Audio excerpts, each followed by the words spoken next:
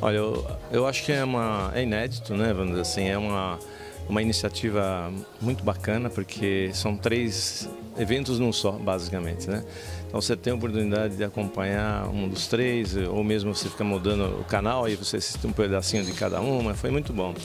Eu particularmente adorei, realmente, eu achei que trouxe muito conteúdo para nós, muitos ensinamentos, e eu participei da mesa redonda da arquitetura, né?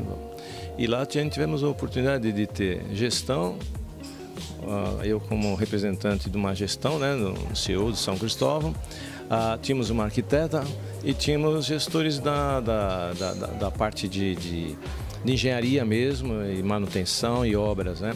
Então eram bem diversificado, né, as três unidades diferentes, né? E eu acho que foi muito bom, porque houve um complemento das ideias, a gente ficou sabendo um pouquinho como é que funciona a parte de arquitetura mesmo em si, um pouquinho da parte de gestão. Foi um conteúdo muito importante e realmente agregador.